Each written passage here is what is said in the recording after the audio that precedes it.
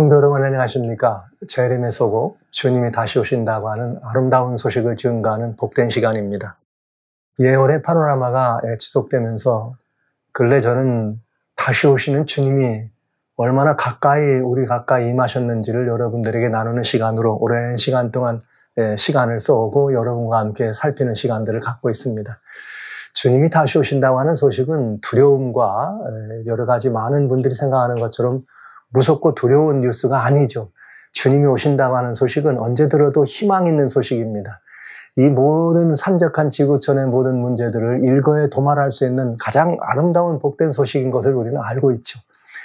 그런 시간들을 여러분과 같이 나누면서 무너지는 지구촌, 과연 탈출구는 있는가? 인류에 남은 희망이 있다면 그것은 무엇일까? 무엇이 우리들에게 희망일까 하는 이런 말씀들을 여러분과 함께 나누는 시간 갖기를 원합니다. 제 음성이 좀 또 이상해졌지요. 2025년부터 이 세상을 주관하는 사람들은 2025년에 새로운 팬데믹이 온다는데, 그래서 이제 지금은 이 코로나19이 끝난 엔데믹 시대라고 하는데, 코로나19이 다 간 게 아니고, 지난주에 또 한 번 이 부실이, 코로나가 와가지고, 이제 끝나는 코로나하고 또 한 통 또 씨름을 한 판 했습니다. 그랬더니 아직 약간 좀, 음성이 또 목과 코가 좀 이상하지만, 그래도 이 말씀을 또 여러분과 나누는 것이 저희들에게 큰 기쁨이요, 에너지요, 파워기 때문에 여러분과 함께 이 말씀을 가지고 한 자리에 들어서게 됐습니다. 무너지는 지구촌 과연 탈출구는 있는가? 물에 잠기고 불에 잠기는 이 지구촌의 모습을 바라보면서 우리의 희망을 찾아보는 시간을 갖도록 합니다. 지난 6월에는 캐나다에서 불이 났어요. 500여 곳이. 어떻게 그런 일이 있을 수 있습니까? 사람이 인위로는 불가능한 일이에요. 어떻게 한꺼번에 캐나다가 지구촌의 두 번째 큰 나라인데 그 나라에 500군데에서 이 화재가 났습니다. 그래서 그 화재를 말해서 에포칼립틱 파이어라. 그러니까 그야말로 이게 종말적 그런 재앙과 같은 그런 화재다. 이러면서 이것이 우리 마지막 기후와 환경에 영향을 미치는 굉장히 위험한 그런 종말적 사건으로 사람들조차 이해하는 그런 광경을 목도하더니 7월 달에 들어와서는 7월 4일 날 지구가 산업혁명 이후에 지금까지 지구의 전체 지구의 평균 온도가 산업혁명 당시보다 지금 1도 이상이 올라왔는데 7월 4일 지구촌의 기온이 가장 높았다. 이렇게 이야기를 했습니다. 그러면서 이렇게 지구촌의 이 모습들을 살피는 사람들이 발견한 이런 도표에 보면 7월 4일이 지나고 7월 5일 날, 7월 4일 날은 2023년 7월 4일 날은 정말 역대급이죠. 신기록을 세우는 역대급 기록을 했는데 17.18도씨, 섭씨, 화씨로는 62.92도씨에서 이것이 지구 평균 온도가 이렇게 올라가는 굉장한 이런 시간들을 보았습니다. 그래서 여러분 아시는 것처럼 지구 온도가 1.5도가 이상 올라가면 지구는 더 이상 희망이 없다 이런 것들로 얘기하면서 굉장히 많은 문제들을 이렇게 해결을 하고 대답을 찾게 대해를 쓰는데 지금 현재 지구가 이렇게 더워져 있네요. 여러분이 한눈에 보시면 얼마나 지금 우리가 살고 있는 이 지구촌이 더운지를 여러분이 아시게 될 것입니다. 그런데 지구촌이 이렇게 뜨겁게 불담궈지는 것, 불타고 있는 것만 문제가 아니라 지구의 거대 제국이 있던 중국 같은 경우는 지금 완전히 또 역대급 홍수로, 말 그대로 역대급 홍수 아래 지금 중국이 지금 신음하고 있고, 그런가 하면 미국도 예외가 아닙니다. 미국의 동북부르지능에서 뉴욕주하고 이런 이 벌몬트주에는 완전히 지금 1000년에 한 번 오는, 1000년 만에 있을 수 있는 그런 이 홍수가 나서 지금 허슨강이 완전히 쓸려 내려가고, 그런 이 상황을 보고 있어요. 1년 내내 내려야 될, 여름 1년 내내 내려야 될 비를 단 하루 만에 동안에 내려가지고 지금 이런 이 엄청난 이 지구촌의 이 물에 잠기는 모습을 우리는 봅니다. 그래서 사람들은 지금 뭐라고 얘기했는가? 우리 지구촌이 이렇게 해비터블, 지구촌이 사람이 살 수 있는 그런 곳으로 안전하게 유지될 수 있는 그런 한계가 있는데, 이제 거의 모든 안전함을 유지할 수 있는 거의 모든 한계점을 설패해서 지나갔다 이미. 그러니까 지구촌은 이미 어떻게 됐다는 거예요? 완전히 사람 살기에 이게 적합한 곳이라고 판정 내릴 수 있는 한계선을 넘었다는 거죠. 그러니까 지구촌이 이런 위기한 상태에 도달해 있다는 것을 우리는 보게 됩니다. 금년 이야기예요. 금년 이야기인데 여러분 이것을 이미 인류는 예측을 했기 때문에 이런 상황들에서 인류가 어떻게든 탈출할 수 있을 것이냐 해서 2015년 70차 유엔 총회부터는 2030 어젠다를 놓고 이 문제를 해답을 내리기 시작한 것입니다. 근데 이 원인을 찾는 문제와 이것에 대한 해답을 찾아가는 여러 가지 이런 것들이 원래 이런 그 환경들에 바로 가고 있는 건가를 우리는 살펴봐야 되는 것이죠. 그래서 여러 다양한 이런 2030 어젠다가 나와 있고, 그래서 그것을 추진하기 위해서 그레이트 리세트라고 하는 일들을 세계 정부를 세계가 하나로 돼서 똘똘 뭉쳐 이 일을 해야 된다고 하면서 여러 가지 많은 일들을 해가고 있는데, 이런 인류의 대비가 라우타도시라고 하는 우리 프란치스카 교황의 그런 이 가르침을 근거로 해서 거기서부터 2030 어젠다가 나왔고, 이것을 추진하기 위해서 정말 세계의 유수한 지도자들이 함께 모여서 부르는 다보스 포럼, 세계 경제 포럼에서 그레이트 리세트를 얘기하고 있고요. 미국 정부는 특별히 이런 것들을 그린 뉴 딜이라고 하는 이런 정책으로 이 일을 추진나가기를 원하고 있는 것이죠. 그렇다면 문제는 이것입니다. 인류가 지금 한계선을 넘어가는 이런 위기에 직면했다고 하는 것이 문제가 아니라 이것을 가지고 어떻게 대비하고 어떻게 대책을 세우느냐가 중요한 것이죠.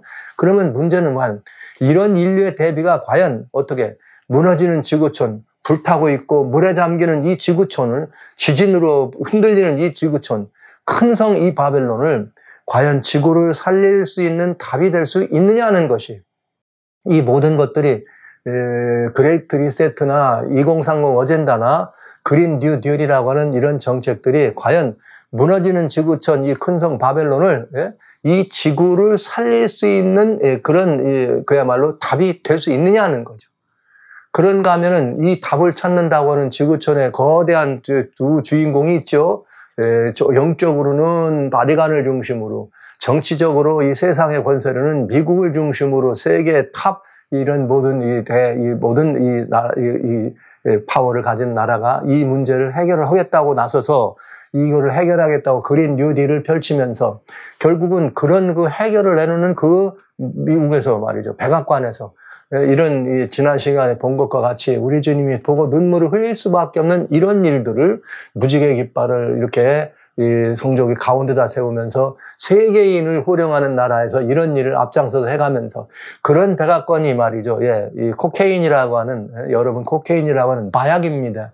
이 마약이 백악관 안에서 말이죠. 봉다리채, 봉투채 이렇게 발견되는 이런 상황들을 바라보고 있는 것이죠. 그러면 여러분 지금 이 지구가 이런 모든 문제들이 산적해 있는 것을 바라보면서 이 문제들에 대한 대안을 내세우고 대책을 세우자고 하는 앞서 있는 두 거대한 세력들이 이런 일들을 하고 있다면 이거는 미치지 않고는 할 수 없는 일이잖아요.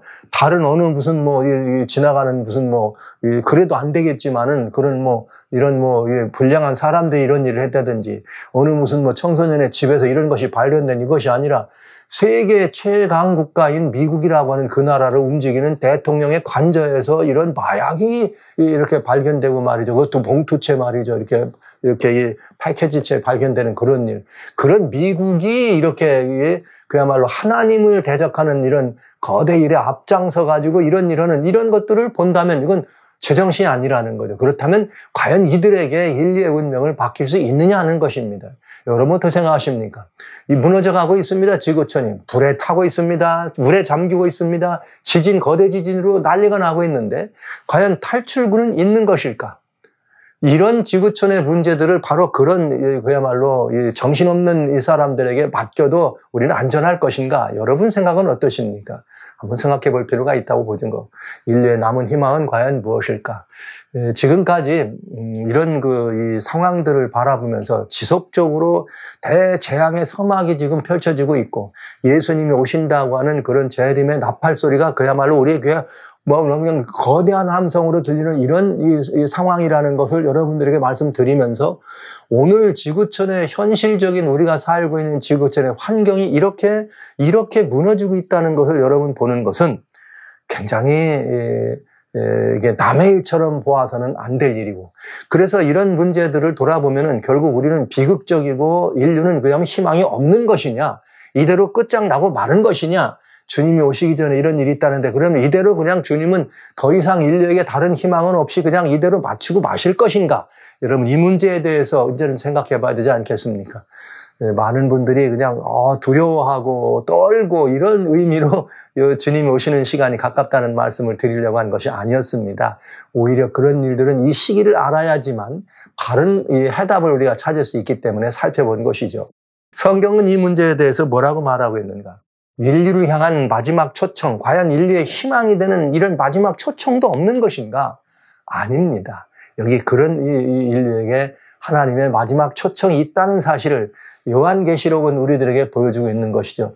정말 많이 여러분들과 같이 살폈습니다. 요한계시록 18장 1절로 4절 말씀은 그저 기회가 다른 대로 여러분에게 말씀드렸습니다. 근데 이 말씀 속에는 인류를 향한 주님의 선고만 있는 것이 아니라 사실은 이 말씀 속에는 굉장한 인류를 향한 마지막 희망이요, 인류를 향한 마지막 초청의 소리가 들어있기 때문에 여러분과 같이 그걸 살펴본 것이에요. 18장 1절로 5절에 뭐라고 되어 있느냐? 2일 후에 다른 천사가 하늘에서 내려오는 것을 보니 큰 권세를 가졌는데 그의 영광으로 땅이 환하여지더라. 그러면서 큰 영광을 가진 천사가 온 땅을 환하게 하면서 기별을 외치는데 무너졌도다 무너졌도다 큰 성 바벨론이여. 지구촌이 무너지는 선고를 한 것이죠. 그게 2일 후는 어떤 일입니까? 16장, 17장은 무슨 일이었다 그랬어요? 16장, 17장은 인류가 겪어야 될 하나님의 거대한 공의의 심판인 제7개의 재앙이라고 하는 것을 우리에게 보여주신 것이요. 이 재앙들을 보여주시면서 이 재앙 중에서 이렇게 있을 때 이 재앙을 바라보시는 주님이 그 재앙을 보면서 또 다시 인류에게 긴급한 소식을 전해주시는데 이런 거예요.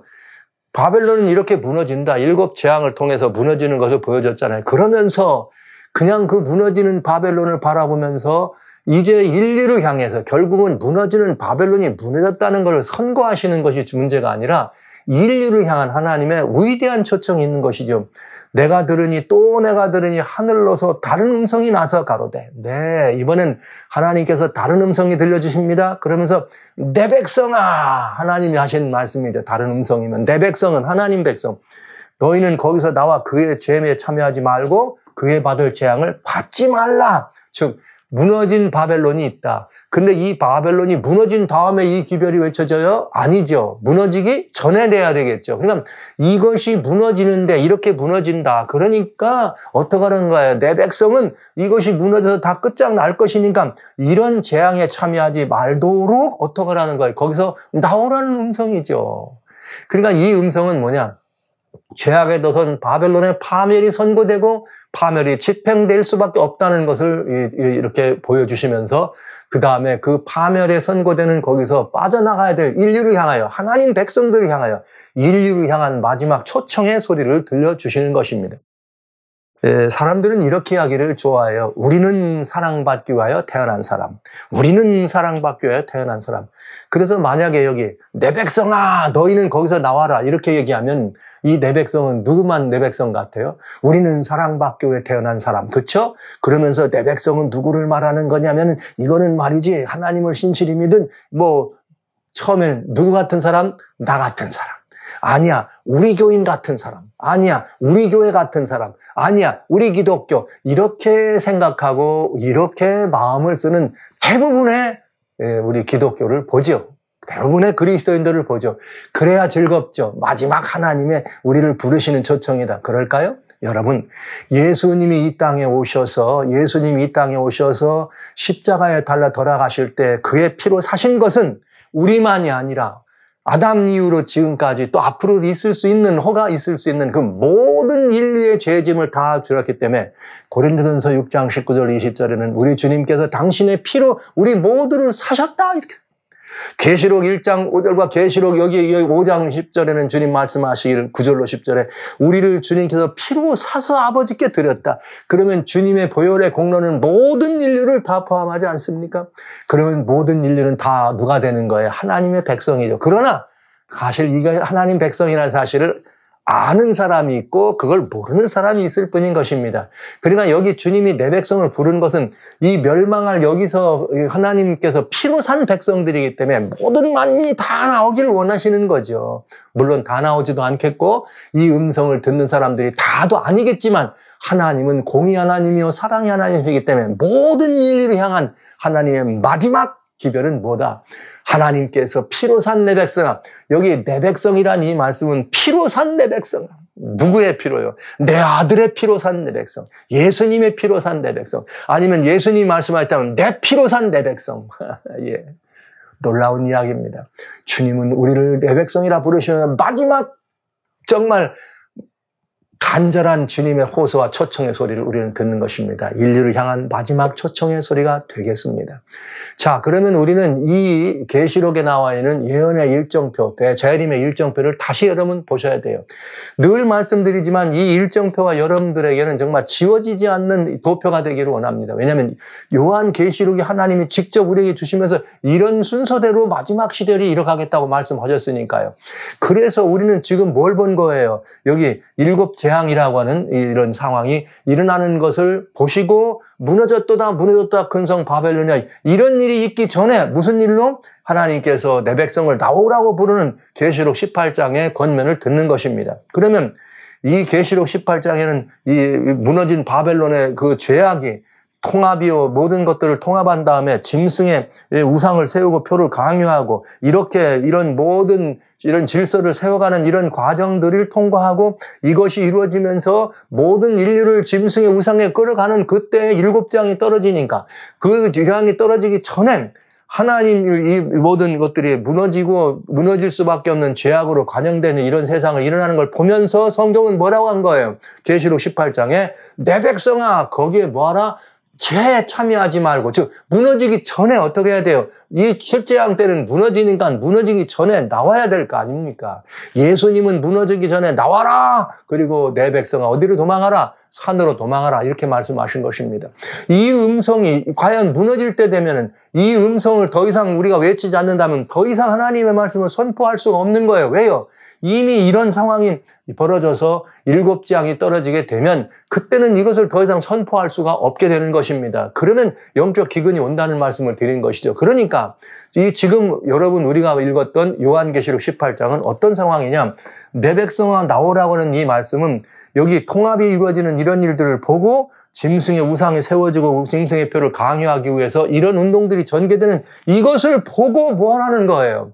천사가 큰 외침으로 내 백성아 나오라고 하는 소리를 외치신 상황이라는 거죠. 그러니까 이 천사의 큰 외침은 첫 번째는 무너졌다는 바벨론의 경고요. 그 다음에는 내 백성을 부르는 하나님의 초청입니다. 그러니까 지금 시간적으로 말한다면 큰 외침은 언제 일어나야 되는가? 시간적으로 말한다면 바로 지금 세상 역사의 모든 모습을 바라보면서 지금이 그때라는 것을 우리는 알 수가 있는 것이죠. 그래서 대단히 중요한 우리는 이 상황을 보게 됩니다. 지금이 바로 이 큰 외침의 시간이 됐다는 것.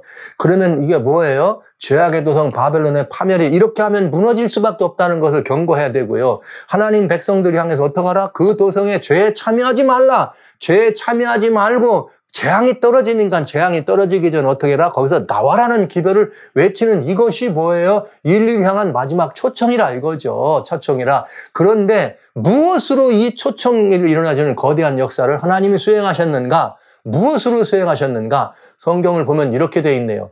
이루에 다른 천사가 내려오는 것을 보는데 큰 권세를 가졌더라. 근데 큰 권세를 가지고 영광으로 땅이 하나해지는데 그 힘센 음성으로 외쳤다. 그러니까 이 초청이라고 하는 건 보통 그냥 이루어지는 것이 아니고 큰 권세와 하나님의 영광으로 어떻게 합니다? 이런 거대한 역사가 이루어질 것이다. 그리고 어느 정도냐? 온 땅을 환하게 한다. 즉 완전히 흑암이 깊음에 덮기 전에 마지막으로 온 땅을 환하게 하는 것이죠.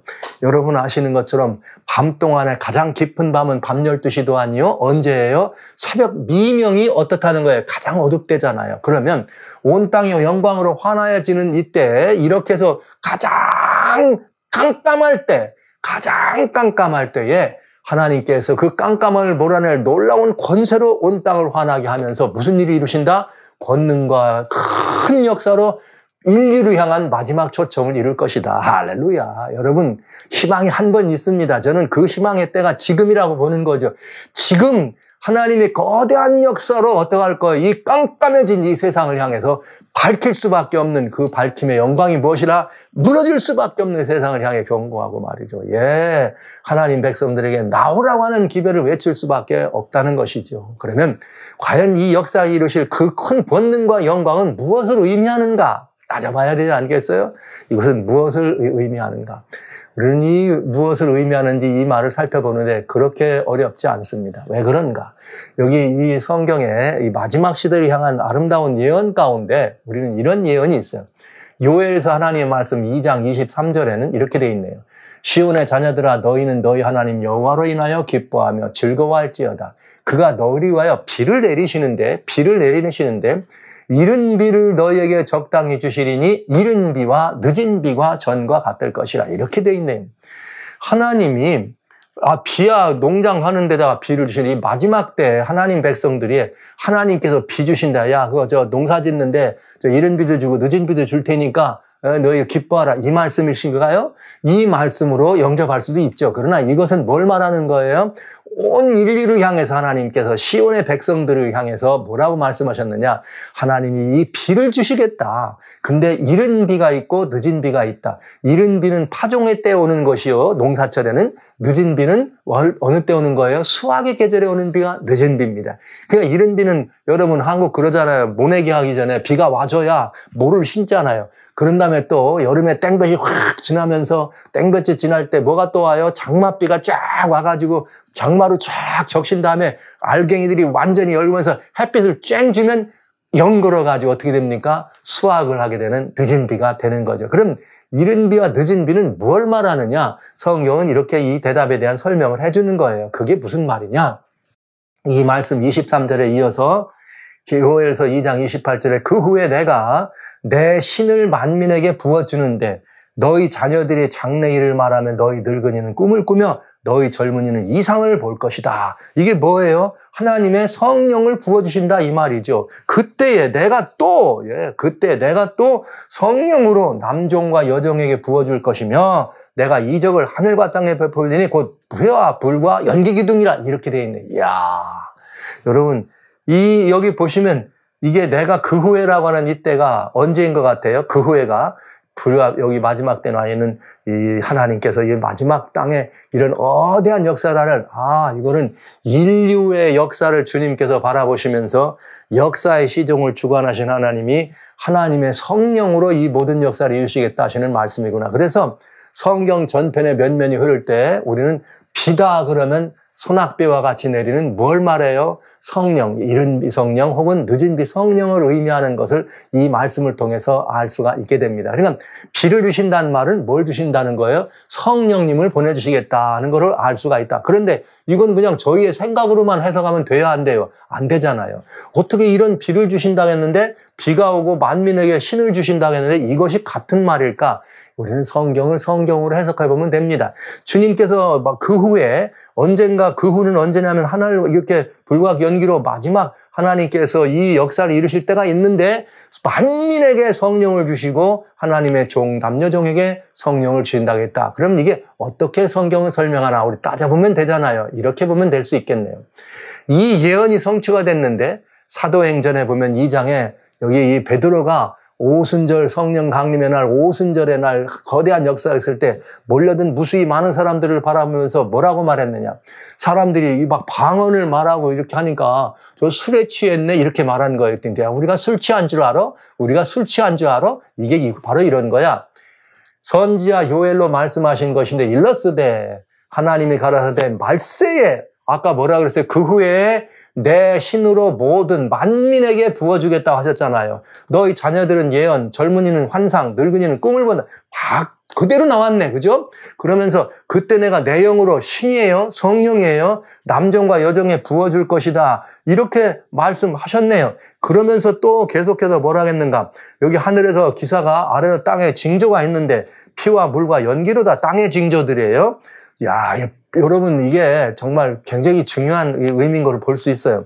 주의 크고 영화로운 날이 이르기 전 주님의 크고 영화로운 날이 이르기 전 해가 변하여 어두워지고 달이 변하여 피가 되리라. 누구든지 주의 이름을 부르는 자는 구원을 얻으리라 하였느니라. 요엘 선지자가 요엘서 2장 23절부터 소낙 이른 비와 늦은 비가 있다고 하더니 28절부터 말씀하신 하나님의 성령을 부어주신다고 한 이야기가 여기 들어있다 이거죠. 이것이 뭘 말하는 거예요? 예수님 오실 때에, 그러니까 이 비는 오순절에 내렸던 성령의 놀라운 것을 설명해 주셨구나 하는 것을 알 수가 있겠네요. 그런데 여기에 보면은 오순절에는 이른 비로 오신 성령의 역사라. 우리는 이렇게 말씀할 수 있죠. 예수님이 초림하셨으니까. 그러면 비는, 요엘은 뭐라 그랬어요? 이른 비도 있고 늦은 비도 있다. 그러면 이른 비와 늦은 비로 오실 성령의 역사가 있다. 즉 이미 오순절 때는 이른 비로 오셨네. 그럼 이제 늦은 비도 있다 그랬는데, 전과 같다 그랬는데, 그럼 늦은 비는 언제일까? 여기 예언 속에는 여호와의 주의 크고 영화로운 날을, 주님의 크고 영화로운 날이라고 했고, 요엘은 여호와의 크고 두려운 날이라고 했어요. 해가 변하여 이렇게 될 거다. 그러니까 여러분, 이 말씀에 보니까 오순절 때는 이른 비로 오신 성령의 역사라면 이제는 늦은 비로 오실 성령의 역사가 있구나. 그러면 늦은 비로 오실 성령의 역사는 언제냐 이 말이에요. 여호와의 크고 영화로운 이렇게 이 하나님의 역사가 있겠다. 크고 영화로운 하나님의 역사가 있겠다. 그런데 바로 그 이야기를 우리가 본다면 이렇게 해석할 수 있겠습니다. 요엘의 이야기를 다시 들어보면 여호와의 크고 두려운 날이 이르기 전에 해가 어두워지고 달이 빛빛같이 임하려니라 이렇게 됐잖아요. 이 말이 언제 얘기해요? 마태복음 24장 29절에 봤더니 뭐라 그래요? 인자가 올 때, 예수님의 세상 것, 예수님이 오시기 전 재림 전에 있을 일을 이렇게 설명해 준 것을 똑같이 볼 수 있어요. 그런데 무슨 일이 있느냐? 또 누구든지 여호와의 이름을 부른 자는 구원을 얻겠다. 여호와의 말대로 시온과 예루살렘에 피할 자가 있고 여호와의 남은 자 중에 부름을 받을 자가 있겠다. 이렇게 말씀하셨잖아요. 그러면 여러분, 계시록 18장 아까 본 것처럼 내 백성아 누구든지 나와라. 마지막 때, 예수님 오시기 전에 마지막 때 누구든지 내 백성아 나와라 그랬더니 부름 받은 자가 어떤다? 나오겠다 얘기하신 말씀이 있네. 그때는 여호와의 크고 두려운 날이라고 하지 않았고 베드로는 뭐라 그랬어요? 주님의 크고 영화로운 날이다. 그랬더니 이렇게 우리는 이 늦은 비의 열매를 볼 수 있는 거죠. 그러니까 여기 이 요엘의 예언은 오순절 때와 마지막 시대를 향해서 두 번을 보여주신 것을 알 수가 있습니다. 그래서 초림 때 성취된 오순절, 그 다음에 예수님 재림 전에 이루어질 마지막 사건을 보여준 것이죠. 그러면 이루의 다른 천사가 하늘에서 내려오는 걸 봤더니 큰 권세를 가졌는데 그의 영광으로 온 땅이 환하여지더라 하는 이 말씀은 바로 마지막 늦은 비의 역사를 위해서 뭐라는 거예요? 하나님의 백성들을 불러내시는 하나님의 놀라운 추수를 위한 늦은 비의 거룩한 역사였다는 것을 우리는 알 수가 있게 되겠습니다. 그래서 죄악의 도성 무엇으로 이 큰 역사를 수행하느냐? 그 역사의 수행은 늦은 비 성령의 큰 역사로 완수될 수밖에 없다고 하는 것입니다. 오순절 때 이른 비 성령으로 오셔서 하루에 수천 명씩 하나님께로 돌아왔습니다. 내 백성아 돌아오라고 하는. 이제는 마지막 때 한 번 더 있다고 하셨으면 예수님 재림 전에 다시 한번 이미 재림하시고 나면 늦어요. 재림하시기 전에 다시 한번 하나님께서 당신의 사랑하는 백성들을 부르시는 모습을 우리는 보게 되는 거죠. 근데 요엘은 뭐라고 말했는가 하면은 하나님의 신을 만민에게 주신다 그랬어요. 놀랍죠. 만민에게 주신다. 사람들은 그런 얘기예요. 이 말이야. 우리 교회가 지금 늦은 비 성령을 기다립니다. 늦은 비 성령. 늦은 비 성령은 우리 교회에만 주는 걸까요? 만민에게 주는 걸까요? 아닙니다. 성경은 만민에게 하나님의 신을 준다 그랬어요. 그러면 뭐야? 우리가 특별한 건 뭐야? 있지요. 요엘은 그렇게 말해서 또 내게 이르더니 이번엔 뭘 보여주었어요? 또 내 신을 남자, 여자, 종에게 주신다. 그러니까 남녀, 종이라고 하는 그것은 마지막 때 말하자면 이 사실을 알고 있는 기독교라면 만민, 모든 사람들은 다 다시 한번 공의로운 하나님의 은혜의 역사 속에서 성령의 역사를 통해서 그들이 온 땅에 환하게 하는 성령의 권세와 그 역사를 보면서 오라 하나님은 살아계시구나. 이 세상의 형편을 바라보면서 오라 이게 웬일이고 두려워 떨 때에 불과 연기와 뭘로요? 피로. 여러분 봤잖아요. 오늘 캐나다에서는 불이 연기가 캐나다에서 화재가 500군 내놨더니 미국의 남쪽으로 미국으로 내려오고 유럽으로 가가지고 말이야. 이게 막 완전히 이 공기가 깜깜해지는 걸 봤잖아요. 그런가 하면 이 땅 천지간의 마지막 때 민족과 민족의 처체라는 피는 전쟁을 의미하잖아요. 이 마지막 상황들과 똑같이 연결되는 걸 바라보면서 이런 것들을 바라볼 때 사람들의 마음 가운데 너 저거 보잖아. 이런 재앙 보잖아. 주님의 날이 가까워서 성령이 이렇게 만민의 마음 가운데 이런 역사를 하면서 무너졌도다 큰 성 바벨론이여 세상의 형편을 보라 무너지지 않느냐 이렇게 외칠 때에 성령이 마음에 역사하시면 오라 하나님 어떻게 하면 좋을까요? 이렇게 마음 가운데 만민들의 마음이 두려움과 불안과 그 근심에 떨 때에 남녀 종들이 증거하는 내 백성아 너희는 거기서 나오라고 하는 하나님의 음성을 누가 전달해야 돼요? 누가 증거해야 합니까? 누가 이 사실을 증거해야 합니까? 여러분 이 성경 말씀 속에 천사가 직접 기별을 증거한 적이 있어요? 복음을? 있죠. 언제요? 예수님 초림하실 때 겨우 비인들의 이렇게 양우리를 지키는 목자들에게 여기 우리 주님 오셨지. 이제 주님 하나님께서 오셔가지고 이 말이죠. 이 하나님의 이 독생자 예수님의 메시아의 탄생을 그들에게 전해. 그랬더니 그 천사들의 음성을 들은 목동들이 여기 메시아가 왔나요? 여기 메시아가 왔나요? 이 찾고 다녔잖아요. 기별을 증거하는 거. 이 마찬가지예요. 천사가 기별을 받으면 누가 받습니까? 요한계시록에 하나님께서 예수님이 천사에게 천사가 누구에게 요한에게 줬습니다. 그랬더니 요한이 이 기별을 우리한테 증거한 것처럼 우리는 이 기별을 듣게 되는 것이죠. 그러니까 여기 만민은 이 무너졌다는 기별을 들을 때 두려워서 떨면서 성령의 역사로 말미암아 하나님 이게 어떻게 하면 될까요? 어떻게 하면 우리가 살까요? 이런 마음을 품죠. 이런 마음을 품었을 때 또 다른 기별이 뭐예요? 내 백성아 거기서 나오라는 말씀을 들으면서 오라 맞아 하나님께 돌아가야지. 이게 그 기별을 외치는 사람들이 누구예요? 남종과 여종들이 또 통하는 거예요. 이 큰 역사를 섬기는 복음을 증거하는 여기 이 예루살렘의 목자들, 베들레헴의 목자와 같은 역사를 이루게 되겠다 하는 것이죠. 그래서 무엇으로 이 역사를 수행하느냐? 늦은 비 성령의 큰 역사로 이 역사를 수행하게 되었습니다. 그러면 여러분 이 늦은 비 성령의 역사로 하는데 뭘 하는 거예요? 큰 권세를 가지고 큰 영광으로 땅을 환하게 한다는 말은 오순절 때 그랬던 것처럼 이번에는 다시 한번 거대한 하나님의 성령의 역사로 말미암아 온 땅을 환하게 하고 만민들의 마음을 움직이고 말이죠. 이 하나님의 이 기별을 알고 있는 사람들에게는 다시 한번 그 기별을 하나님이 주신 이 기별 여기에 이렇게 하라고 주신 거예요. 내 백성아 너희는 그들의 죄에 참여하지 말라는 이 기별은 하늘에서 직접 천둥처럼 여러분에게 들려주는 것이 아니고 천사들이 여러분 하늘에서 왔으에 이 말을 들으세요 하고 천사가 하는 게 아니고 누가 이걸 하는 거예요? 이미 이 기별을 요한계시를 통해서 우리한테 주셨잖아요. 그럼 이 기별을 누가 전해야 됩니까? 이 말씀을 우리들이 하나님을 아는 주의 영광을 아는 주의 권세를 아는 주의 능력을 아는 교회가 기독교가 이걸 알고 세상을 향하여 형편이 저렇게 가면 무너진다. 그리고 하늘 백성 살려면 나오라. 당신들이 다 하나님 백성이라. 이 기별을 외쳐야 될 하나님의 백성들이 필요하지 않겠습니까? 이것을 설명해 주고 있다 이 말이죠. 이것을 놀라운 일입니다. 그리고 이 사람들이 전하는 기별은 무슨 기별이냐? 요한계시록 14장에 보면은 뭐가 나오죠? 특별히 13장에는 짐승이 우상에게 경배하지 않으면 너희는 다 죽이려고 하더라. 그랬더니 14장이 탁 나오면서 14장 6절부터 천사가 하늘을 날아가면서 뭐라고 나옵니까? 여러 나라와 족속과 방언과 백성에 전할 영원한 복음을 가졌더라. 할렐루야. 영원한 복음이 뭡니까? 영원한 복음은 창세전에 마련된 복음이죠. 너희는 내 아들이라는 거. 누구 안에서? 예수님 안에서. 그러니까 내게로 영원한 복음의 핵심은 뭐예요? 예수님께로 돌아오라 이 말 아닙니까? 그리고 예수님께 돌아와야 되고 누구의 자녀로 돌아오라는 거예요? 아버지 하나님께로 돌아오라는 기별 아닙니까? 그래서 그가 외치는 기별이 하나님을 두려워하고 하나님께 영광을 돌려라. 이는 그의 심판할 시간이 이르렀다. 그리고 하늘과 땅과 바다와 물들의 그늘 만드지를 경배하라. 이렇게 외친 것입니다. 그러면 두 번째 천사가 날아가면서 무너졌도다 큰 성 바벨론이요.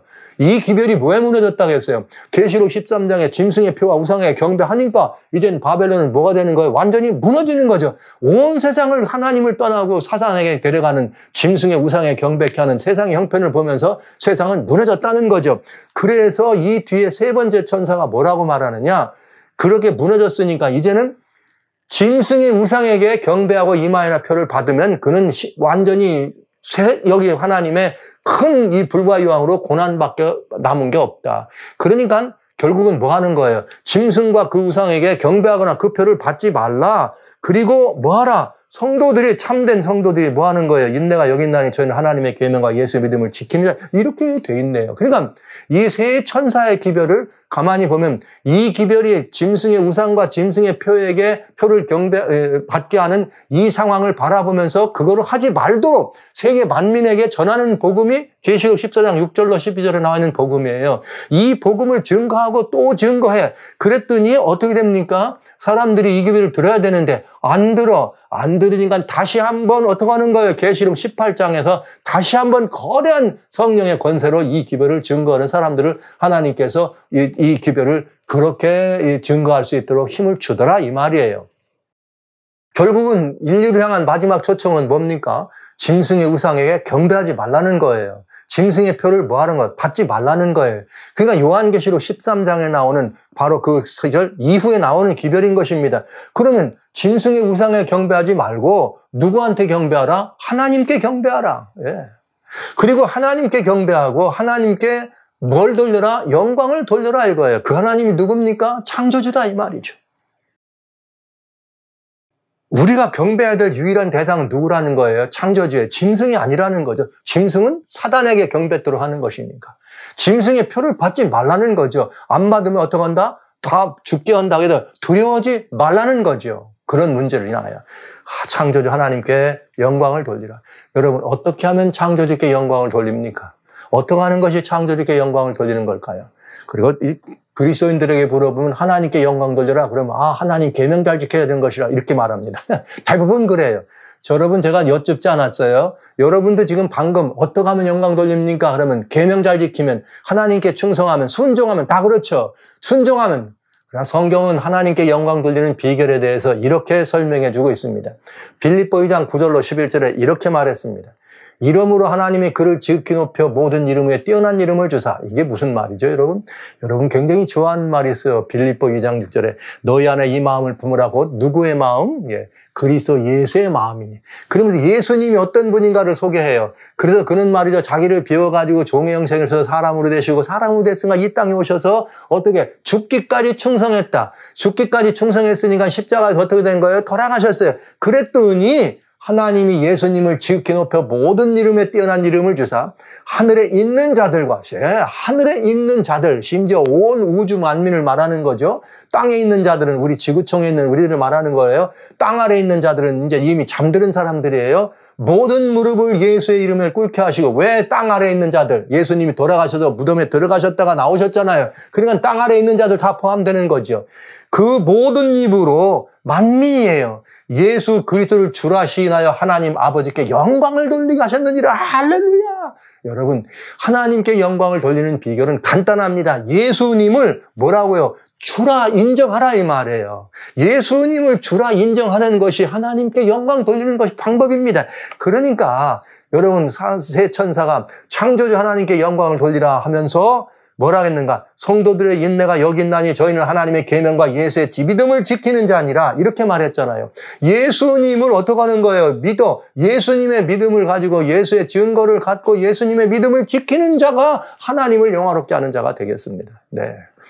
너무나 분명한 이치를 우리는 알게 된 것이죠. 그래서 사랑하는 성도 여러분, 이 큰 외침은 다시 한번 강조해 말씀드립니다.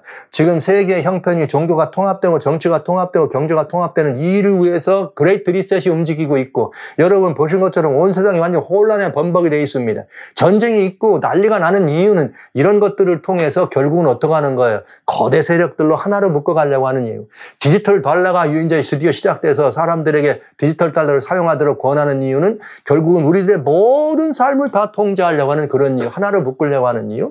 자, 이런 때에 이제 드디어 짐승의 우상과 짐승의 표가 세워지기 직전 아닙니까? 세워지고 난 다음에는 우리가 어떻게 할 수가 없는 거죠. 그거를 세우는 것은 뭘 말하는 거예요? 곧 하나님의 뜻을 저버리는 것입니다. 그러니까 이 하나님의 뜻을 저버리는 이들을 향해서 하나님을 경배하고 하나님께 돌아오라고 하는 그 기별이 바로 내 백성아 나오라. 그리고 이제 환난을 피해 예비한 재앙을 피해서 빨리 이렇게 피할 수 있는 길을 준비하라고 하는 이 기별이 되는 것이죠. 그래서 천사들이 큰 외치는 경고와 초청, 요한계시록 18장 1절로 5절에는 이 사건은 바로 지금이 그 기별을 외쳐야 될 때고 지금이 그렇다면 바로 늦은 비 성령으로 충만해야 될 그때라는 것을 보여주는 것입니다. 성도 여러분, 지금입니다. 인류를 향한 가장 거대한 초청을 외칠 수 있는 시간은 바로 지금입니다. 인류를 향한 마지막 초청입니다. 이 세상 형편이 이대로 가면 무너집니다. 이대로 가면 무너지는데 무너지는 거기에 우리가 들어가 있을 것은 아니잖아요. 있으면 안 되잖아요. 그러니까 이렇게 되기 전에 하나님께 영광을 돌리고 하나님을 경배하고 하나님 백성으로 돌아오라고 하는 하나님의 초청이 내 백성아 너희는 거기서 나오라는 초청이라는 사실을 여러분 기억하시면서 만민에게 하나님의 성령이 부어져서 사람들의 마음 가운데 이 세상에 일어난 일들을 보고 두려움이 있고 떨림이 있고 어찌하면 좋을까 이런 생각이 있는 것이죠. 이런 생각이 있을 때 가만히 어떻게 할 줄을 모르고 있는 그들에게 성경은 우리들에게 그 어찌할 줄을 모르는 사람들을 향해서 하나님의 만민에게 그런 기별을 외칠 사람들을 필요로 한 것이죠. 누가 일을 해야 됩니까? 만민에게 내 신을 주신다고 한 그때 또 내 신을 그 남종과 여종에 주신다고 하셨습니다. 그러니까 남종과 여종이란 말은 지금 이 기별을 알고 있는 그리스도인 바로 여러분을 말하는 것입니다. 여러분 이 기별을 전가하고 이 기별을 가지고 있는 누구예요? 기독교에게 말하는 것입니다. 기독교가 이 사실을 깨닫고 이거를 받아들이는 것만이 유일한 희망이라고 하는 것을 기억하시면서 지금이야말로 바로 큰 외침에 따라는 사실을 기억해 주시기 바랍니다. 더 이상 다른 때는 없습니다. 언제까지 오기를 성령님 오신다더니 기다려요? 언제까지 기다리실 건가요? 지금 이미 이 세상은 무너져 가고 있는 모습을 여러분 보시지 않습니까? 불타고 물에 잠기는 것은 아주 놀라운 우리들의 가시적인 것이요. 이 세상 사람들이 돌고 있는 여러 가지 다양한 상승 형편들은 우리의 마음과 심령이 불안하게 하는 굉장히 중요한 일입니다. 만민에게 부어진 성령의 은혜로 여러분 마음의 성령께서 여러분의 마음을 각성할 때, 여러분의 마음에 호소하실 때, 여러분의 마음을 찌르실 때 사랑하시는 성도 여러분, 이 모든 만민들이 그 하나님의 각성에 깨어나도록 기도하시기 바랍니다. 그리고 이 동일한 성령이 여러분들에게 주어졌을 때 여러분은 세상을 향하여 각성된 사람들을 향하여 세상은 이대로 가면 죽습니다. 하나님께로 나오라고 하나님이 당신을 부른다는 기별을 외쳐야 되지 않겠습니까? 언제요? 지금이 바로 그 시간이며 더 이상 다른 때는 없다는 사실을 우리는 생각할 수밖에 없습니다. 여기 성경에 이 이야기는 승리가 보장된 일이라는 사실을 여러분들에게 말씀드립니다. 여기 이사야 60장 1절로 3절에 보면 일어나라 빛을 발하라. 이는 내 빛이 이르렀고 여호와 영광이 내 위에 임하였음이니라. 보라 어둠이 땅을 덮을 거며 캄캄함이 만민을 가리우려니와 오직 여호와께서는 내 위에 임하실 것이며 그 영광이 내 위에 나타나리니 열방은 내 빛으로 열왕은 내 빛은 광명으로 나오리라. 할렐루야. 살아신 성도 여러분, 우리는 지금 매우 중요하고 매우 놀라운 사실을, 매우 놀라운 하나님의 약속을 봅니다. 성경은 요엘 선지자를 통해서 느린 비와 늦은 비가 있다. 이른 비는 오순절에 끝났다. 늦은 비는 재림을 위하여 준비된다. 그러더니 정말 계시록 18장에 봤더니 온 땅을 환하게 하는 권세 잡은 영광으로 세상을 향하여 호소하는 하나님의 말씀이 있습니다. 왜냐하면 여러분 아시는 것처럼 예수님께서 성령이 이 땅에 오셨을 때 성령이 오시면 요한복음 16장의 9절부터 저랑 뭐라 그랬어요? 이 땅에 대해서 죄에 대하여 의에 대하여 심판에 대하여 세상을 어떻게 하리라? 책망하리라. 죄에 대하여라면 너희가 나를 뭐하지 아니하며 믿지 아니하며 그 다음에 의에 대하여라면 내가 아버지께로 돌아가며 심판에 대하여라면 사단의 심판을 받았습니다. 그래서 여러분 성령이 이 만민에게 주시는 기별을 볼 때는 무너졌도다 세상의 심판을 얘기하는 것이에요. 그리고 백성들에게는 뭘 말하는 거예요? 너희가 나를 뭐하지 않는다. 너희가 죄에 참여하지 말라는 말은 주님을 믿지 않는 그 죄에 참여하지 말라. 그렇기 때문에 주님을 믿고 주를 영접하는 것만이 하나님께 영광 돌리는 길이라는 사실을 보여주잖아요. 여기 이렇게 돼 있네요. 그 일의 결과에 대해서 일어나라 빛을 발하라. 그냥 빛 발합니까? 우리가 빛을 받아야 바라는 거 아니에요? 내 빛이 이르렀는데 여호와 영광이 내 위에 임하였습니다. 언제예요? 늦은 비 때 하나님의 성령이 우리에게 임하시면 하나님의 성령이 우리에게 임하시고 하나님의 영광이 우리에게 임하시면 하나님의 영광은 어디의 영광인가? 이 세키나의 영광인데요. 원래 하나님의 세키나의 영광은 성경에 나오면은 성서에 보면 하나님의 법궤 위에 있습니다. 여러분 아시는 것처럼 법궤가 뭐예요? 하나님의 법궤는 하나님의 계명을 담아놓는 그릇입니다. 그러면 이 계명이라고 하는 것은 여러분 아시는 것처럼 주님이 친수를 기록한 계명입니다. 그런데 여러분 계명의 목표가 어디 있어요? 계명의 목표가 사랑입니다. 그리고 계명의 마침이 뭐예요? 로마서 10장 4절에 예수 그리스도. 그러니까 여기 하나님의 영광이 임했다 이 말씀은 하나님의 계명과 예수의 증거를 가진 사람들의 심령이 이렇게 회복되면 그 심령 위에 하나님의 영광이 성령으로 충만하게 임하는 계시록 18장에 나오는 온 땅을 환하게 하는 권세 잡은 천사의 영광이 없는 것 같을 때 그 시대는 어느 시대예요? 깜깜함이 만민을 덮고 어둠이 완땅을 덮을 때 바로 지금 아닙니까? 그럼 지금 우리가 할 일은 무엇이에요? 우리가 일어나 빛을 발하는 일밖에 없습니다. 그런데 그냥 변할 수 있습니까? 없습니다. 무엇이 이를 가능하게 합니까? 여호와께서 내 위에 임하실 것이며 그 영광이 내 위에 나타나니 할렐루야. 성도 여러분, 저는 여러분들이 정말 모두가 다 이 자리에 이런 하나님의 영광이 여러분의 심령 위에 열어서 영광이 위에 임해 있다고 하는 이 말씀의 주인공이 되주시기를 간절히 소원합니다. 이것은 대단히 놀라운 이야기 아닙니까? 여러분, 이 이야기를 바라보면서 정말 캄캄함이 만민을 가려운 지금 우리와 같은 이런 시대, 이 지금이야말로 예수님의 재림이 어떠한 시대예요? 가까운 시대. 새벽 미명이 가장 어둡다고 얘기하는 것처럼 주님의 재림이 가장 가까운 시대. 이제 뭐 할 거예요? 성도들이 뭐 할 때요? 늦은 비 성령으로 충만해야 될 때입니다. 늦은 비 성령. 바로 지금이 그때라는 사실을 여러분들과 살펴보면서 제가 코로나하고 싸우느라고 수일을 이렇게 지내면서 이 말씀을 여러분들과 같이 나눠야 되는데 제가 이 말씀을 여러분과 같이 나눠야 되는데 이 코로나라는 녀석이 이렇게 또 잠시 불편하게 해서 이게 부실하면 어떡하나. 그러나 사랑하는 성도 여러분, 하나님의 역사를 어둠은 막을 수 없습니다. 하나님의 백성들이 하나님의 역사를 섬기기 위해서 그들이 분연히 일어날 때 이 세상의 깜깜함과 어둠은 그들을 막을 수가 없습니다. 늦은 비 성령으로 우리가 충만할 때가 있다면 바로 지금이라는 사실을 여러분과 함께 나눈 이 일이 제게는 얼마나 큰 기쁨이고 얼마나 큰 그야말로 영의 영광스러운 일인지 모르겠습니다. 성도 여러분, 내일은 더 이상 우리의 것이 아닙니다. 내일은 나의 것이라 확신할 수 있고 장담할 수 있는 사람은 아무도 없습니다.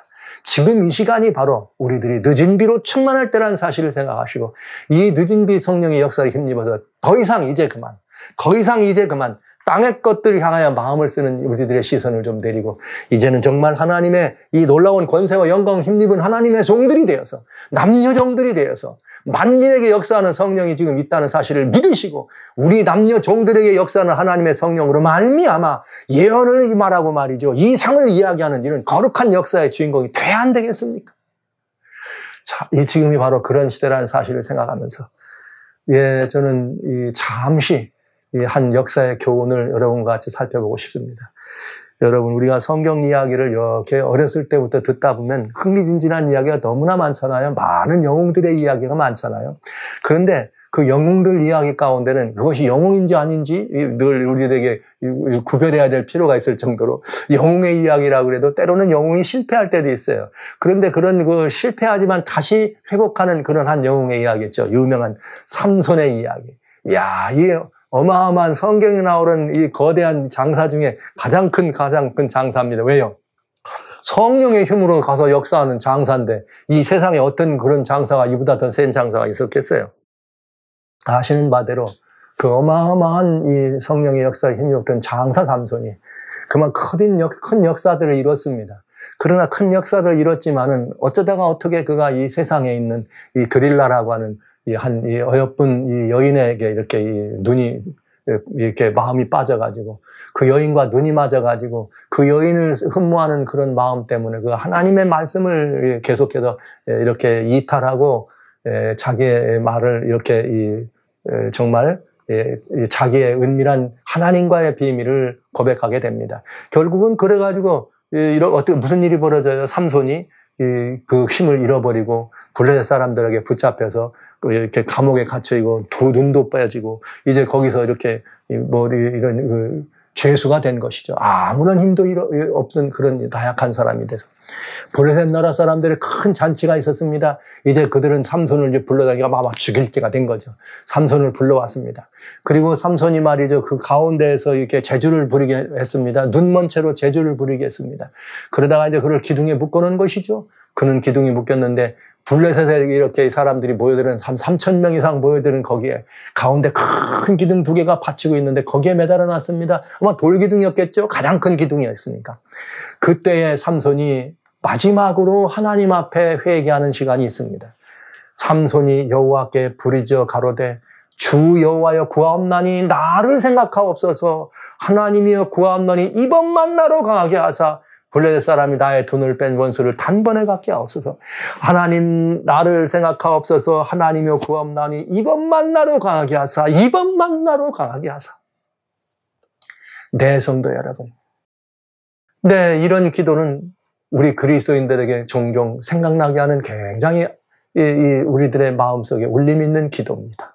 여러분, 이 기도를 끝으로 삼손이 어떡합니까? 이렇게 이 블레셋 사람들의 기둥을 전에 기둥을 무너뜨리고 그날 3,000여 명의 사람과 함께 이 삼손이 마지막을 맞이합니다. 영웅의 이야기입니다. 뭐 이렇게 간단하게 말씀드리기엔 너무나 아까운 긴 이야기지만 그런 영웅의 이야기. 그러나 그 삼손의 경험을 통해 오늘 저는 이 시대의 마지막 우리 하나님의 기독도들을 보는 것이죠. 무엇인가? 여러분, 기독교가 그동안 어떤 일을 해왔습니까? 정말 예수님의 십자가 이후에 가진 핍박을 견뎌가면서도 하나님의 교회를 세우다가 교회 안에 들어온 사단의 미혹으로 말미암아 교회가 이 세상과 타협하게 되고 핍박을 견했더니 세상과 타협하게 되고 그 타협된 이 세상이 점점 타협하다 보니까 완전히 타락해가지고 하나님의 교회를 완전히 뒤범벅에서 진리를 이렇게 완전히 박았습니다. 이것이 요한계시록 여러분 2장과 3장부터 쭉 나 7교회 7인 이야기를 들을 7나팔 다 그 얘기입니다. 그렇게 해서 교회가 힘을 잃었습니다. 완전히 힘을 잃었습니다. 그야말로 이 세상에서 지금 교회는 어떤 형편이 된 거예요? 뭐 세상 사람들이 옛날에는 교회가 세상을 걱정해야 되는데 지금은 세상이 교회를 걱정해야 될 만큼 교회가 완전히 지금 조롱거리 속에 들었습니다. 힘을 잃었습니다. 이런 상황 속에서 저런 이 하나님은 우리들에게 마지막 약속을 주신 것이죠. 그건 뭐라고요? 아무리 힘이 없다 할지라도 마지막에 끝내는 한 번 기회가 있다는 거죠. 이후에 천사가 하늘에서 내려와서 큰 권세를 가졌는데 그의 영광으로 땅이 환화해지더라. 큰 음성으로 무너졌다 큰 성 바벨론이요. 삼손이 그렇게 하나님의 뜻을 저버렸습니다. 모든 것을 잃었습니다. 힘도 잃었습니다. 그는 하나님과의 비밀을 어긴 그 이야기를 해서 모든 걸 잃어버렸습니다. 블레셋이라고 하는 세상 권세 가진 사람들의 놀이기가 됐습니다. 조롱거리가 됐습니다. 그러나 삼손은 그 마지막으로 드디어 머리가 자라나면서 자신의 이 모든 것들을 내고 하나님 앞에 털어놓습니다. 회개의 영이 그에게 임한 것입니다. 하나님 나를 한 번만 생각해 주세요. 한 번만 나를 생각해 주세요. 이번 한 번만. 삼손의 기도가 우리들의 기도가 아닙니까? 오늘 이 기독교의 기도가 돼야 안 되겠습니까? 그 기도야만이 온 땅을 환하게 하는 영광 가진 이 천사의 이 놀라운 이 소리를 들으면서 늦은 비 성령으로 힘차게 우리가 함께 이렇게 됐을 때 세상을 향하여 무너졌도다 큰 성 바벨론이요. 그리고 내 백성아 나오라는 이 기별을 외칠 때는 우리들의 이야기가 되지 않겠습니까? 사랑하신 성도 여러분, 세상을 사랑하여 교회가 영광을 잃어버렸습니다. 그리고 이제는 세상의 조롱과 세상의 모든 모욕과 놀림을 받는 그런 교회가 되었습니다. 이제 우리 교회는 누가 교회 나가자고 해도 여러분 이 교회를 나오려고 하는 사람 많지 않아요. 지금 교회 안에 두 부류가 생겼습니다. 이제는 이제 천주교와 기독교 전체를 가름했는데 이제는 구교, 신교 나눠가지고 그렇게 왔는데 요즘은 많은 개신교라고 말하는 신교가 천주교로 넘어간대요. 그러면서 천주교에 많은 사람들이 홀딱 이제는 어디로 가요? 불교로도 가고 또 여러 데로 빠져나간답니다.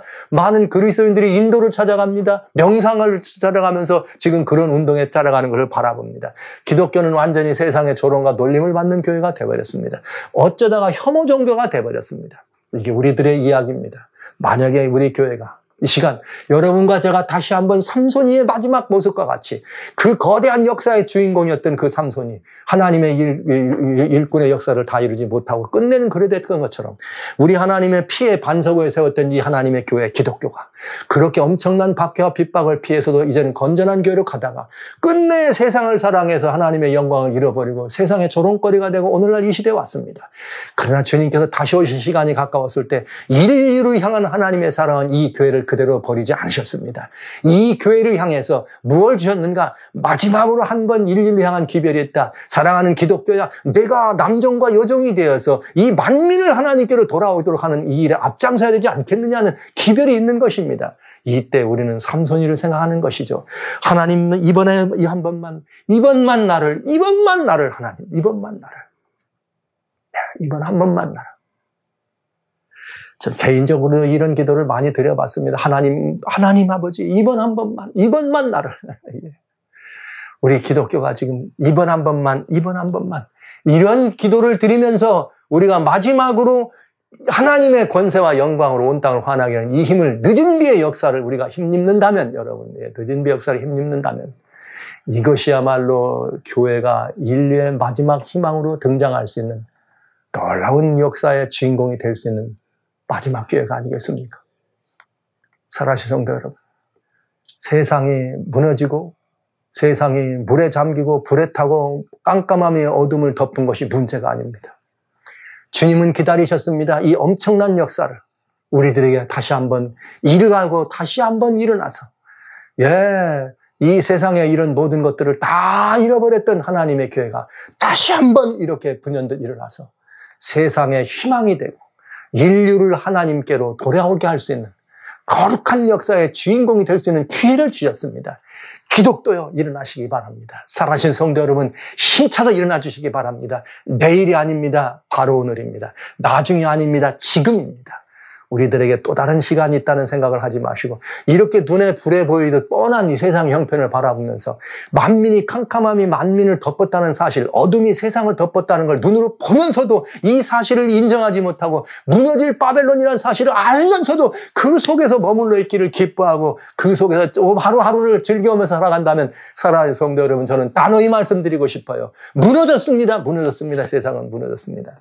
더 이상 희망이 없는 것을 여러분 보시기 바랍니다. 그리고 사랑하는 성도 여러분, 늦은 비 성령의 때는 이제는 점점점 그 문이 닫혀가고 있는 시대와 같이 긴박한 시대라는 사실을 알면서 내 백성을 부르시는 하나님의 음성을 우리가 크게 외쳐서 하나님을 경배하라, 창조주께 돌아오라, 하나님께 영광을 돌리라, 예수님을 주로 인정하라, 이 사실을 증거하는 그 일에 여러분과 제가 마지막 있는 힘을 다해서 삼손이 드린 기도와 같이, 하나님 아버지시여, 이번 한 번만 나로 강하게, 이 기도의 운동에 여러분 함께 참여하시길 간절한 마음으로 호소합니다.